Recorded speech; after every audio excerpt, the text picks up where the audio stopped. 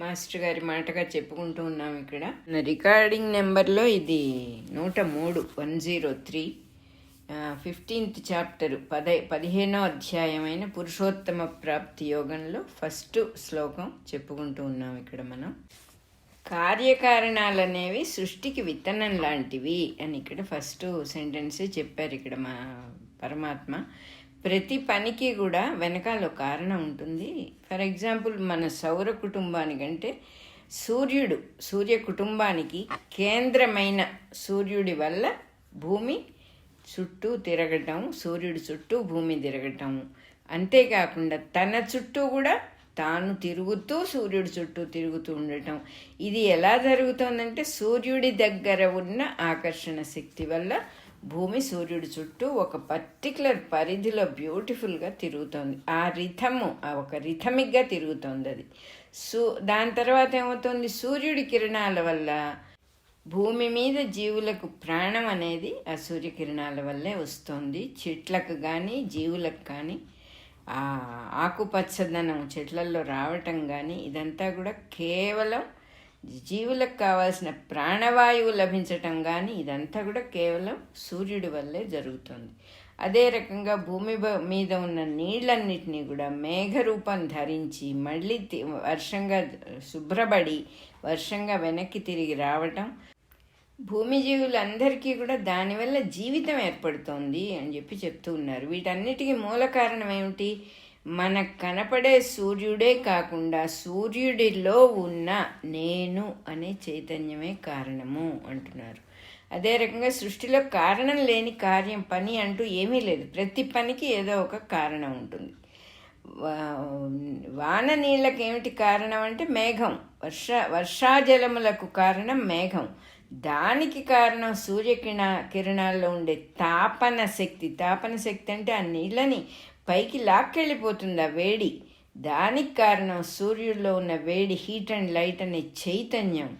దానికి కారణం సూర్యునిలో, ఇది చాలా ముఖ్యం, నేను ఉన్నాను అనే ప్రజ్ఞ అని చెప్పేశారు. ఇక్కడ ఇట్లా వెనక్కి మనం వెళ్తూ ఉంటే, గమనిస్తూ ఉంటే కార్యమేమో స్థూలంగా ఉంటుంది, కారణమేమో సూక్ష్మంగా ఉంటుంది, అంటే కనపడకుండా ఉంటుంది. మళ్ళీ ఇక్కడ మనం చెప్పుకోవాలంటే విత్తనము చెట్టు, విత్తనంలో దాగి ఉంటుంది, చాలా సూక్ష్మంగా ఉంటుంది కార్యమేమో ఆకులు విస్తరించుకొని బ్రహ్మాండమైన చెట్టు, మర్రి చెట్టు వచ్చేసింది, ఎంత పెద్ద చెట్టు.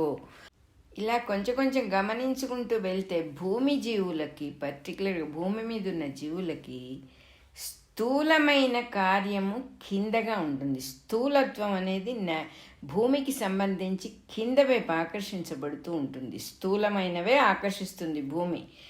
చెట్టుకు సూక్ష్మ కారణం వేళ్ళు కాబట్టి సూక్ష్మం అనేది భూమికి సంబంధించినంత వరకు పై లోకాల్లో ఉంటుంది. అందువల్ల ఇక్కడ చాలా క్లియర్గా అర్థం చేసుకోవాల్సిన విషయం ఏంటంటే సూక్ష్మమైన వేళ్ళు పైన ఉంటాయి, స్థూలమైన చెట్టు, కొమ్మలు, ఆకులు, పళ్ళు, పూలు అన్నీ కూడా కిందకి ఉంటాయి. ఈ చెట్టు తల్లకిందులుగా ఉన్నది అర్థం చేసుకుంటే అని చెప్పి చెబుతున్నారు. వేళ్ళు లేకపోతే వృక్షం లేదు, అది మనం మర్చిపోకూడదు. సూక్ష్మ కారణాలు పైన ఉంటాయి, స్థూలత్వం భూమి మీద ఉంటుంది. కాబట్టి ఈ చెట్టు తల్లకిందులుగా ఉన్నది అని చెప్పి చెప్పబడుతోంది. ఇక్కడ ఏమిటి, సూక్ష్మమైన కారణాలు పైలోకంలో ఉండబట్టే భూమి మీద సృష్టి అంతా కూడా జరుగుతూ ఉన్నది. అందుకని చెట్టుగా పోల్చి చెప్పారు. కానీ ఇక్కడ మనం బాగా అర్థం చేసుకోవాల్సింది అసలు కారణాలన్నీ పైలోకాల్లో సూక్ష్మంగా ఉన్నాయి.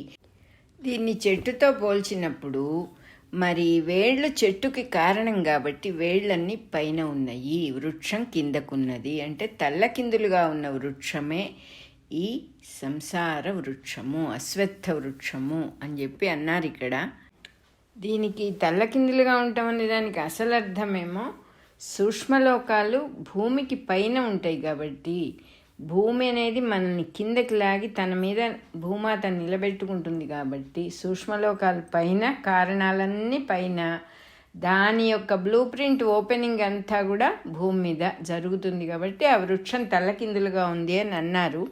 నాకు ఊరికే అనిపిస్తుంది మొత్తం సంసారం అంతా మన బుర్రలోనే ఉంది కాబట్టి బుర్రలో వేళ్ళున్నాయి, కాళ్ళు చేతులు శరీరం అంతా కూడా ఒక వృక్షంగా భావించుకోవచ్చు అని నాకు అనిపిస్తుంది. కానీ వాళ్ళు చెప్పిన అర్థం ఇది కాదు. సూక్ష్మలోకాల్లో అసలు కారణాలు ఉంటాయి. ఈ విషయం సరిగ్గా అర్థం చేసుకున్న వాళ్ళకి అంటే ఈ కార్యకారణ సంబంధం అనేది ఎట్లా ఉంటుంది, సూక్ష్మలోకంలో మొత్తం బ్లూ ప్రింట్ అంతా తయారైతే అది ఎలా విచ్చుకొని భూమి మీద ఓపెన్ అవుట్ అవుతోంది, ఈ విషయం సరిగ్గా అర్థం చేసుకుంటే మొత్తం సృష్టి అంతా ఒకటిగానే ఉంది. ఒక విధంగా చెప్పాలంటే కృష్ణ పరమాత్మ ఏమంటున్నారంటే, చేతిలో ఒక ఉసిరిక పండు పెట్టుకుంటే, ఉసిరికాయ పెట్టుకుంటే ఎంత క్లియర్గా మనకు కనపడుతుందో, అరిచేతిలో ఉసిరికాయ హస్తామలకము అని మన వాళ్ళకి బాగా అలవాటైన ఉపమానం. మన చేతిలో ఒక ఉసిరికాయ ఉంటే ఇంకా దాన్ని ఎవరో ఎక్స్ప్లెయిన్ చెయ్యక్కర్లా, నీ చేతిలో నా చేతిలో ఉన్నది ఉసిరికాయ అని చెప్పగలుగుతాం, కనపడుతోంది, క్లియర్గా ఉంది. అంత క్లియర్గా అర్థమవుతుందిట మనకి ఈ సూక్ష్మలోకాలు ఏమిటి, ఈ జన్మలన్నీ ఎలా వచ్చినాయి, మొత్తం సృష్టి అంతా ఎలా ఉంది, ఇది ఇన్ని రకాలుగా లేదు, ఒక్కటే సృష్టి, ఖండ సృష్టి కాదు. ఈ సృష్టి వృక్షానికి అయిపోవటం ఉండదు, భూమి మీద దానికి అయిపోతున్నట్టుగా అనిపిస్తుంది. కానీ కారణలోకాలతో కూడిన మొత్తం గనక మనం, కారణలోకాలంటే సూక్ష్మలోకాలు, ఎక్కడ అసలు సీడ్ పడింది అది గనక మనం చూస్తే మొత్తం సృష్టికి అసలు అయిపోవటం ఉండదు అని చెప్పి అర్థమవుతుంది అని చెప్పి చెబుతున్నారు. సుపర్ణ సూక్తంలో ఉన్న ఇంకొక చిన్న కథ లాంటిది కూడా చెబుతున్నారు ఇక్కడ. కొలతలతో కూడిన వృక్షముట. కొలత అనగానే మనం ఇక్కడ ఒక చిన్న స్కిల్ఫుల్గా ఒక విషయం అర్థం చేసుకోవాలి. కొలవాలంటే దేన్నైనా ఒక రిఫరెన్స్ పాయింట్ అనేది ఉండాలి. ఆ కొలతలతో ఉన్న వృక్షం మీదట, ఆ చెట్టు మీద, కొలతలతో కూడిన ఒక చెట్టు మీద చక్కటి రెక్కలున్న 2 పక్షులు ఉన్నాయిట. అవి 2 చక్కగా యోగం చెందిన స్నేహితులట. 2 పక్షులు కూడా ఫ్రెండ్స్. వాటిల్లో ఒకటేం చేస్తుందంటే తీయటి పళ్ళు తింటోందిట ఆ చెట్టు మీద కూర్చొని, రెండోదేమో ఊరికే చూస్తూ ఉందిట అని సుపర్ణ సూక్తంలో వర్ణిస్తారు అని చెప్పారు ఇక్కడ. అంటే మనం ఎట్లా అర్థం చేసుకోవాలంటే దీన్ని, నాకు తెలిసినంత మటుకు డెఫినెట్లీ ఐఎమ్ నాట్ రాంగ్, ఏంటంటే మనం ఒక ఫిజికల్ దేహం ధరించి ఈ సృష్టిలో అన్నీ అనుభవిస్తూ ఉన్నాం. అదే ఒక తీయటి పళ్ళను తింటూ ఉన్నటువంటి రెండో పక్షి. ఆ చూస్తూ ఉన్నదేమో మనలో ఉన్నటువంటి అంతర్యామి పరమాత్మ. 2 మనలోనే ఉన్నాయి. ఆ చెట్టే మనం, ఆ 2 మనలోనే ఉన్నాయి. అది ఊరికే చూస్తూ ఉండేది పరమాత్మ, పళ్ళు తింటూ ఉన్నది రెండో పక్షి. కాకపోతే ఇక్కడ తీయని పళ్ళు అన్నారు. ఎందుకు తీయని పళ్ళు తింటూ ఉన్నదంటే యోగం తెలిసిన పక్షి కాబట్టి తీయని పళ్ళు తింటోంది. మనం యోగం తెలియని వాళ్ళం కాబట్టి దుఃఖము సుఖము, సుఖము దుఃఖము, ఇవి 2 మార్చి తీయటి పళ్ళు, చేదు పళ్ళు, పుల్ల పళ్ళు అన్నీ తింటూ ఉంటాం మనం. అది చెబుతూ ఉన్నారు. మనం ఏ పళ్ళు తిన్నా రెండో పక్షి ఊరికే చూస్తూ ఉంటుంది. మనము యోగం చెందిన వాళ్ళం గనకైతే తీయటి పళ్ళు తింటాం, మనకు కూడా చేతవుతుంది అనే ఉపమానం నాకు ఇందులో కనపడుతోంది. దీనికి ఎక్కడన్నా అర్థం చెప్పారేమో నాకు తెలియదు, చూద్దాం మనం. సుపర్ణ సూక్తం కూడా తీసి చూసుకోవచ్చు మనం. సో ఇంకోటి ఏమిటి చెబుతున్నారు ఇక్కడ, ఈ మన భగవద్గీతలో కృష్ణుడు వర్ణించి చెప్పిన దాన్ని అశ్వత్థ వృక్షము అంటే రావి చెట్టు సూర్యదేవతాత్మకం, పరమ పవిత్రమైంది అది. కాబట్టే యజ్ఞాల్లో హోమాల్లో అశ్వత్థ సమిధలకే అత్యంతమైన ప్రాధాన్యం ఉంది. ఈ సృష్టి మహావృక్షాన్ని, ఈ సృష్టి మొత్తాన్ని ఒక పెద్ద చెట్టు, అది ఏమిటది, సూర్యదేవతాత్మకమైన అశ్వత్థ వృక్షంగా ఎగ్జాంపుల్గా చెప్పడం అనేది చక్కటి భావన అని చెప్తున్నారు ఇక్కడ. ఇంకో హెడ్డింగ్ వచ్చింది, లోకార్థము వేదార్థము. 2 అర్థాలు ఉంటాయన్నమాట. లోకంలో సహజంగా అందరూ ఎలా మాట్లాడుకుంటారు, రెండో అర్థం ఏమిటి, చాలా ఆశ్చర్యంగా ఉంటుంది. ఇక్కడ ఒక చిన్న ఎగ్జాంపుల్ గుర్తుకొస్తుంది నాకు. మనకి బ్రిటిషర్స్ రూల్ చేశారు కదా, ఈ బీద పిల్లలందరినీ తీసుకొని పోయి వాళ్ళ మతంలోకి మార్చాలి కాబట్టి వాళ్ళకేదో కొంచెం డబ్బులు ఇచ్చో లేకపోతే ఏదైనా ఫుడ్ పెట్టో వాళ్ళకి ప్రీచింగ్ చేస్తూ ఉండేవాళ్ళు అనమాట. ఆ ప్రీచింగ్ రోజు పిల్లల్ని తీసుకుపోయి చర్చిలోకి కాసేపు ఏదో చెప్పి వెనక్కి పంపించేవాళ్ళు. వాళ్ళు వెనక్కి వచ్చిన తర్వాత ఇక్కడ ఇంట్లో ఉన్న వాళ్ళు అడిగేవాళ్ళు, ఏం చెబుతున్నారా అక్కడ మీకు అంటే, ఏమీ లేదు, గాడిదగుడ్డు కంకరపాసు అనేవాళ్ళు ఈ పిల్లలు. మనకు కూడా చాలా కామన్ గాడిదగుడ్డు కంకరపాసు.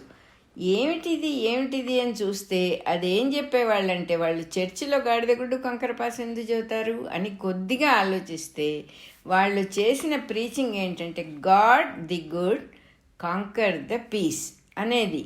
వీళ్ళకి అది ఎలా మార్చేశారంటే, లోకార్థం వేదార్థం అనగానే నాకు ఇది గుర్తుకొచ్చింది, but it is too much, ఇక్కడ చెప్పుకోకూడదు అది. అశ్వత్థం అనే పేరులో ఇంకొక అద్భుతమైన విశిష్టత ఉన్నది అంటున్నారు ఇక్కడ. అశ్వము అంటే కిరణము అని అర్థం. అశ్వత్థ వృక్షానికి అంత ఇంపార్టెన్స్ ఎందుకు ఇచ్చారనేది చక్కగా చెబుతూ ఉన్నారు ఇక్కడ. అశ్వము అంటే కిరణము అని అర్థంట. కిరణాల నుంచి పుట్టి దాని అందే స్థానము కొని ఉన్నది అంటున్నారు. కిరణాల్లో నుంచి పుట్టింది, ఆ కిరణాలని వదలకుండా అక్కడే ఉన్న అశ్వత్థము అనే పదానికి సూక్ష్మమైన అర్థం ఉంటుంది. అంటే విడిపోలా, ఆ కిరణాలలోనే అక్కడే స్థిరంగా ఉన్నదన్నమాట. స్థానము కొని ఉన్నదంటే స్థిరంగా ఉంది. అశ్వత్థము అనే పదానికి ఇది సూక్ష్మమైన అర్థము. కిరణాల్లో నుంచి పుట్టినా కూడా ఆ కిరణాలని వదలలేదు అని చెప్పి చెబుతుంది. దీన్ని వేదార్థం అంటారు. ప్రతి పదానికి లోకార్థం వేదార్థం అని రెండు విధాలుగా అర్థాలు ఉంటాయి. సామాన్య మానవుల నుంచి మహాపండితుల దాకా నార్మల్గా అందరూ ఏ అర్థం వాడతారో అదే వాడుతున్నారు. అది కరెక్ట్ కాదు. ఎప్పుడప్పుడు కొంచెం జనాన్ని కూడా కొంత కరెక్ట్ చేయాలి కదా, వాళ్ళు తెలుసుకుంటే కదా మనని కరెక్ట్ చేయటానికి. ఎట్లా ఉంటుందంటే, సామాన్య మానవుల నుంచి మహాపండితుల దాకా లోకార్థాన్నే వాడుకుంటున్నారు. లోకంలో అందరు ఏ మాటను ఎలా వాడుతున్నారో అలాగే వాడుతున్నారు. ఆధ్యాత్మిక జీవన సాధనలో అడుగుపెట్టిన వాళ్లకు మటుకే వేదార్థం అంటే ఏమిటో అర్థమవుతుంది. ఒక పదానికి ఒక అర్థం ఉన్నది అంటే, సృష్టి రహస్యానికి సమన్వయము అయి మనకు కూడా సమన్వయం అయితేనే అది వేదం అవుతుంది, అది వేదార్థం అవుతుందని ఎంత అద్భుతంగా ఉంది అసలు ఈ మాట నాకు. వేదార్థము అంటే ఏమిటో ఇక్కడ ఏం చెబుతున్నారంటే, సృష్టి రహస్యానికి సమన్వయం అయి ఉండాలి. సృష్టి రహస్యాన్ని చెప్పేది అయి ఉండాలి అర్థం. అది మనకు కూడా సరిపోవాలి. అక్కడెక్కడో అందకుండా ఉన్న విషయాలు మనకు అవసరం లేదు. Down to earth. నాకేమిటి, యూజీ గారు చాలా గ్రేట్ అవ్వచ్చు, మాస్టర్ ఈకే చాలా గ్రేట్ అవ్వచ్చు, రమణ మహర్షి చాలా గ్రేట్ అవ్వచ్చు, నాకేమిటి వస్తుంది దానివల్ల? వాళ్ళు గ్రేట్ అయితే నేను ఎక్కడ వాళ్ళ చెయ్యి ఎట్లా పట్టుకోగలను, ఎలా నేను పైకి పాకగలను, ఎట్లా పైకి ఎక్కగలను అనేది వాళ్ళు వేదం అయితే, మనం కింద భూమి మీద ఉన్న వాళ్ళమైతే ఈ పట్టుకోవటమే వేదార్థం. వాళ్ళ చెయ్యి మనం అందుకొని వెళ్ళిపోగలగటం, అది డౌన్ టు ఎర్త్ మనకు ఎలా ఉపయోగిస్తుంది అనేదే వేదార్థం అని చెప్పి చెబుతున్నారు. ఈ సమన్వయం లేకపోతే, నీకు సంబంధించింది కాకపోతే, నువ్వు చదివేటటువంటి భగవద్గీత కావచ్చు, భాగవతం కావచ్చు, గొప్ప గొప్ప పురాణాలు, బ్రహ్మసూత్రాలు ఎన్నో ఉన్నాయి మనకు, అవన్నీ చదివినా కూడా నీకు అన్వయించకపోతే అది వేదార్థం కాదు, అది వేదం కాదు, వృధా, అంతే, ఇంకేమీ లేదని చెప్పేశారు ఇక్కడ. అది చాలా బాగుంది. అంతేకాకుండా ఒక్కసారి మొత్తం పుక్కిట పట్టి తెలుసుకోవటం కాదు, ఒక ఫ్లవరింగ్, విప్పారుతూ జీవిత సమన్వయంగా, ఎంత విప్పారుతోంది, ఎంత అర్థమవుతోంది ఇప్పుడు నాకు, ఒక విప్పారటం లైఫ్లో మనకు ఆ ఫ్లవరింగ్ కనపడాలి, అప్పుడే దాన్ని వేదార్థం అని అంటారు. క్రమంగా విప్పారుతుంది అంటున్నారు. ఇంకో మాట చెబుతున్నారు ఇక్కడ, లోకార్థం వేదార్థం అనే దానికి శుశ్రూష అని ఒక పదం ఉంది. ఇది సామాన్యంగా గురువుకు శుశ్రూష చేయాలి, పెద్దలకు శుశ్రూష చేయాలి అంటారు. ఈ శుశ్రూష అనే మాటకి మనం చాలా దాన్ని డౌన్ టు పాడు చేసేసాం యాక్చువల్లీ. ఇదిగో ఈ గాడిద గుడ్డు కంకరపాసలాగా చేసి పడేసేసాం. గురువుగారి కాళ్ళు విసరడం, ఆయనకి స్నానానికి నీళ్లు పెట్టడం, ఆయనకు కావాల్సిన పనులన్నీ చేయటమే గురు శుశ్రూష అనేటటువంటి అర్థంలోకి దింపి పడేసేసాము దాన్ని.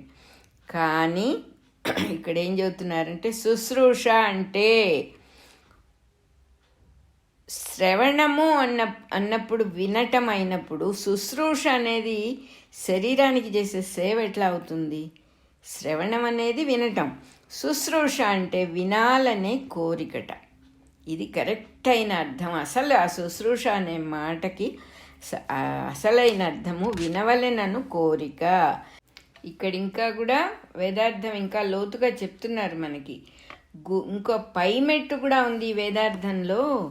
గురువు చెప్పేది వినాలనే కోరికకి ఇంకా కూడా చెయ్యవలసింది చెప్తూ ఉన్నారు ఇక్కడ.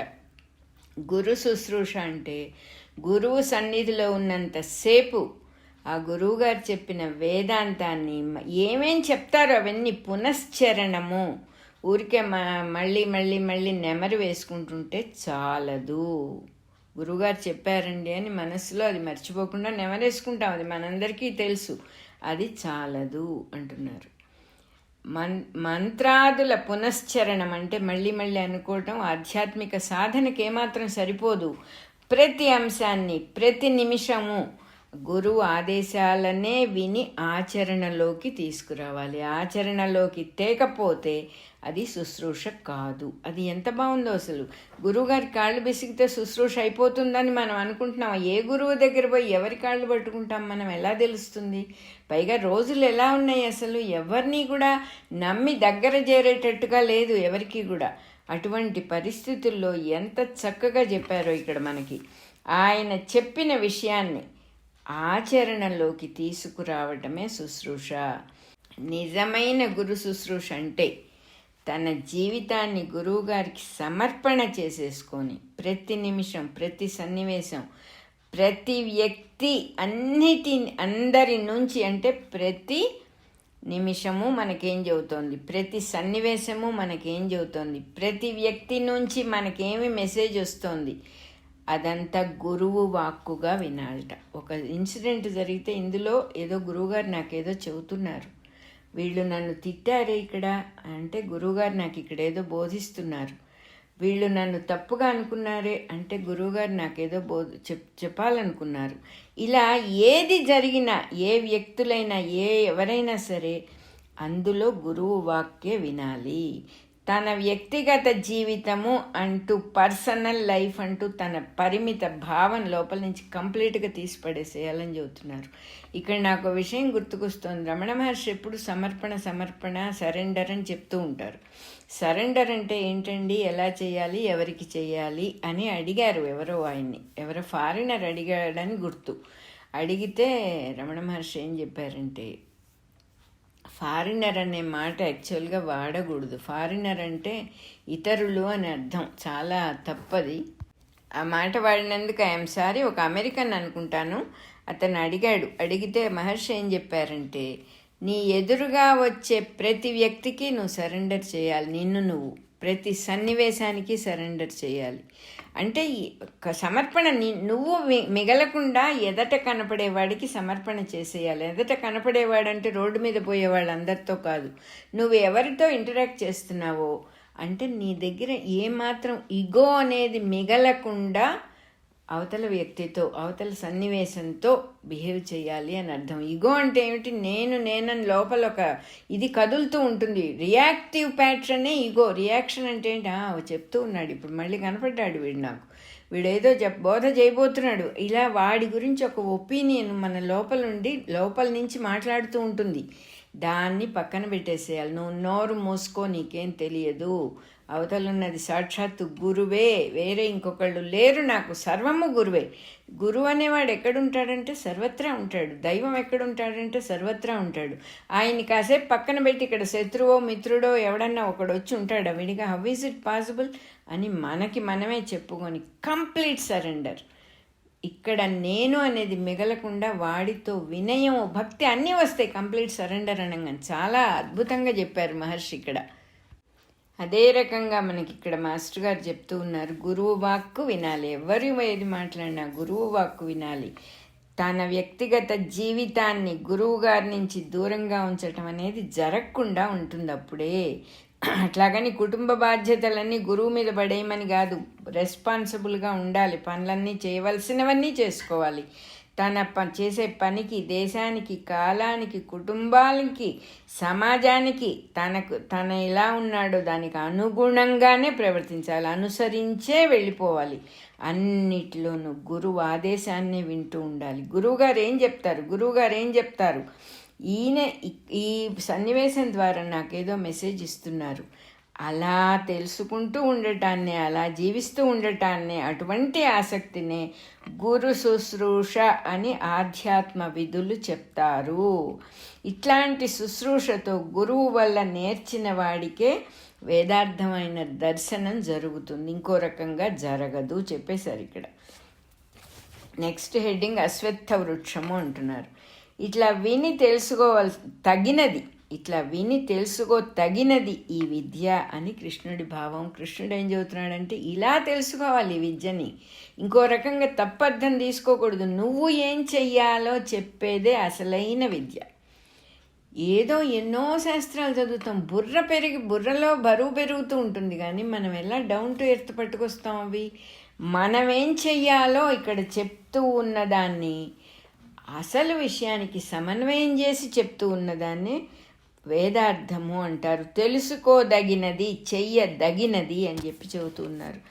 పైన మూలము, కింద శాఖలు, కొమ్మలు, పైనేమో వేళ్ళున్నాయి, కిందేమో కొమ్మలున్నాయి అని ఒక అశ్వత్థ వృక్షం గురించి పెద్దలు చెబుతూ ఉంటారు. అయిపోవటం అనేది లేనటువంటి అశ్వత్థ వృక్షం, అది ఛందస్సులే దాని ఆకులు అని వర్ణించాడు కృష్ణ పరమాత్మ. ఛందస్సులు అంటే వేదములని అర్థము అంటున్నారు ఇక్కడ.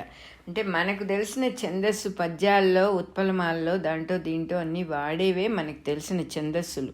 అవి డౌన్ టు ఎర్త్ వాడుకోవటానికి అక్షరాల లెక్కలకు సంబంధించినవి తప్ప అసలు అర్థము వేదములని అర్థము అని చెప్తున్నారు. ఛందస్సు అంటే కొలత, ఒక లయబద్ధమైన గమనము, అంటే రిథమిక్గా ఉండేటటువంటి మూమెంట్ అన్నమాట.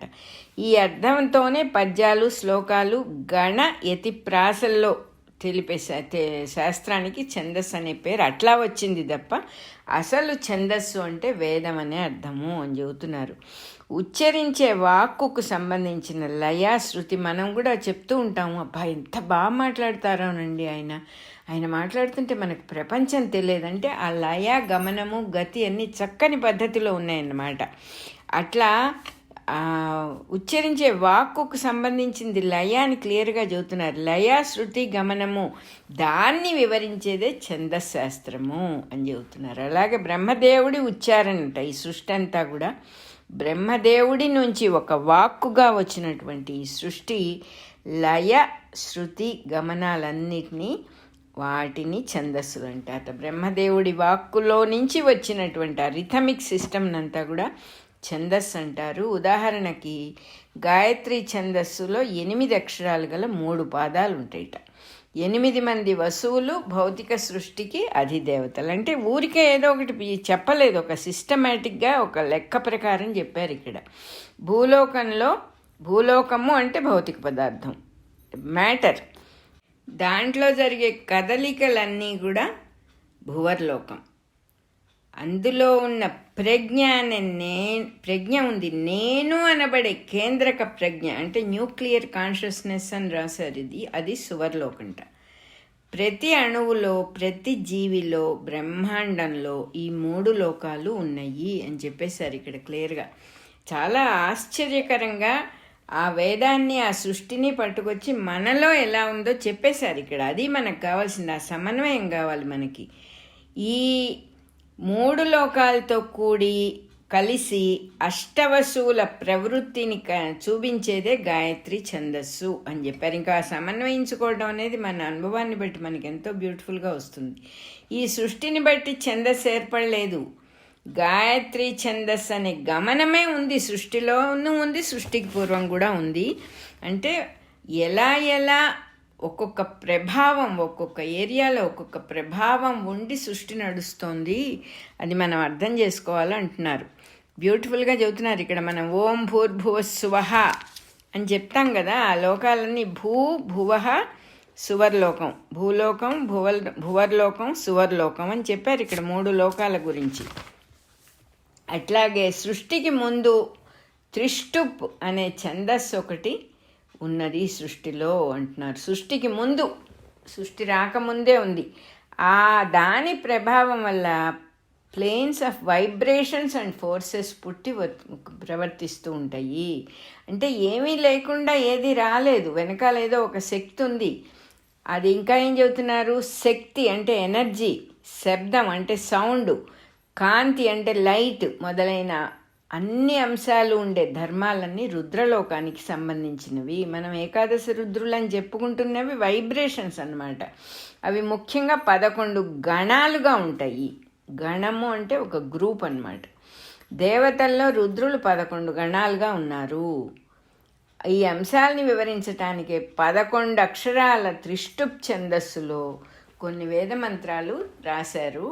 అదే రకంగా 12 అక్షరాల జగతీ ఛందస్సు నుంచి ఆదిత్యలోకాలు సృష్టిగా ప్రవర్తించటం ఉన్నదిట.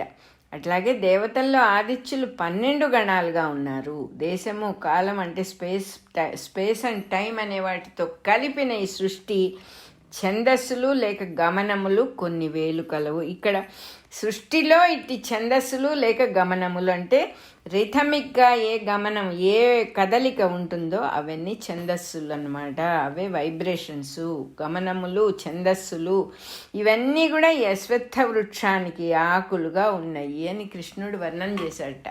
మొత్తం వృక్షం ఇదైతే ఇవన్నీ ఆకులుగా ఉన్నాయి.